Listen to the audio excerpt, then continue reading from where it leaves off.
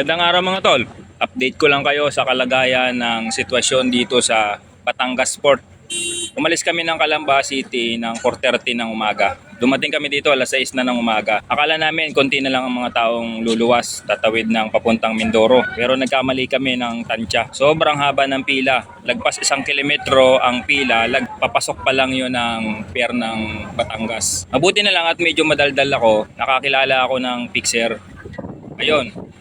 Naningil ng 500 ang bawat motor. Hindi na kami dumaan sa pila, nag-ipas kami kaya nakapasok na kami dito sa loob ng pier. Sa ngayon, alas 9 na ng umaga, nandito pa rin kami nakapila sa loob. Ang sasakyan namin barko ay Baleno. Hindi lang alam kung anong oras pa ang alis. Kainitan ng araw. Sobrang kawawa ang mga kababayan natin na nag-aabang dito sa pier ng Batangas. Sa lahat ng mga luluwas pa, ingat tayo mga tol. Mga tol, sa wakas, nakasakay na kami ng barko. Nasakay namin barko ay Montenegro Shipping Lines. Palagay ko mga 11 AM ang alis nito dito sa Batangas Port. Medyo nakahinga na kami ng maayos at nandito na, nakapag-CR na, nakapag-repress na.